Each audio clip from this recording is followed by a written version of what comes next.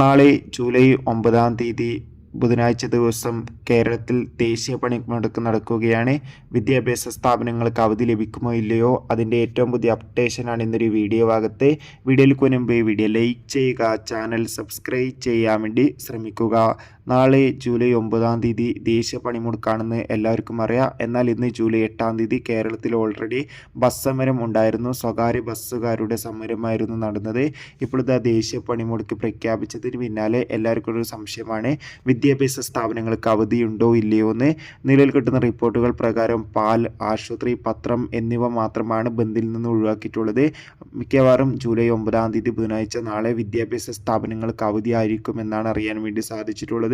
എന്തായാലും കൂടുതൽ അപ്ഡേഷൻ അറിയാൻ വേണ്ടി നമുക്ക് കാത്തിരിക്കാം. ഈ വരുന്ന ജൂൺ ജൂലൈ മാസം അങ്ങോട്ട് ധാരാളം ചിത്രങ്ങൾ OTT റിലീസ് ചെയ്തിട്ടുണ്ട്. ചാനൽ ഭാഗം പരിശോധിച്ചാൽ ആ വീഡിയോയ്ക്ക് നിങ്ങൾക്ക് കാണാം. അതൊക്കെ ഒന്ന് കാണുക. ബൈ.